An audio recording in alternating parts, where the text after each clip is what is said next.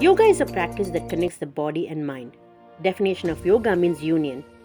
Practice of yoga and its origins could be traced down 5000 years ago to northern India, and 21st June is celebrated as International Yoga Day across the world. Dr. Ambika C is a yoga instructor, gold medalist, and founder of Enlight Foundation. She is recognized yoga teacher by Department of Ayush Government of India.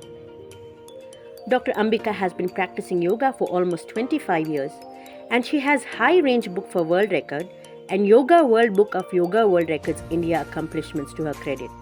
It was for performing Hanuman Asana during her 9th month of pregnancy and also 3 days prior to delivering a baby. Dr. Ambika has been practicing, teaching yoga and doing therapy for almost 25 years.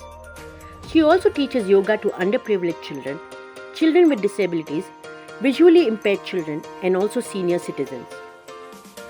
She is certified and holds a doctorate from United Kingdom St. Mother Teresa University in the field of naturopathy and yoga.